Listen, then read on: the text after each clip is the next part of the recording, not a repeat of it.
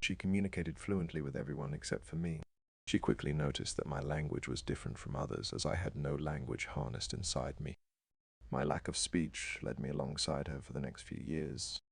Her name was Z, an intelligent enslaved person who nurtured and directed other enslaved people.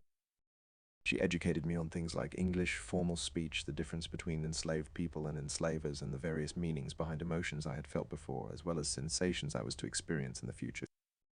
She also enlightened me about the separation between right and wrong and the difference between being safe and vigilant. I remember Z defining the word suffering for me. Understanding that I was holding on to years of hardships without acknowledging those traumas brought a massive flow of tears from my eyes. She then placed both of her hands on my face, with her thumbs close to each other but separated by my nose. She slowly slid her hands away from each other, wiping my tears away, and then said, "The world has no garden for tears." As she continued, I turned my head to the right of her. By this time, Z's voice had dwindled out of my hearing. I was in an intense emotion that I had felt a few times before I ended up on that plantation. Despite that, I did not understand this sensation then.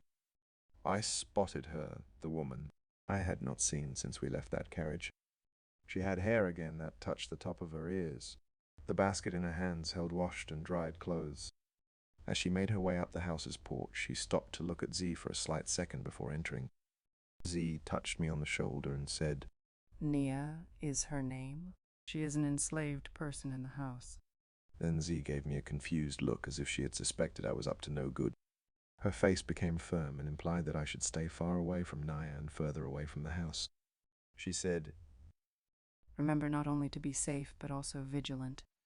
No matter the distance, you feel you must understand." Being assigned to the fields and snatching cotton from stems caused my fingers to bleed profusely the minute I began. I picked for hours through seasons that were scorching hot and severely cold. Whips and beatings were ongoing on most days, and little to no violence on some days. In reality, no enslaved person ever caught a break. Not one day. Bruises and scars remained vivid through any ongoing momentum of peace. It was Z's words that I hung on to that supported me through suffering. She finished her quote that day, repeating a few words and more that I misheard. "This world has no garden for tears, no place to sprout when in sorrow. Here, exposure lends away your strength to the frail. Some hide power and some beg to display it. The ones without a will are the same ones you witness belittling others. People like that, hiding behind a position to cover what they truly desire to embody.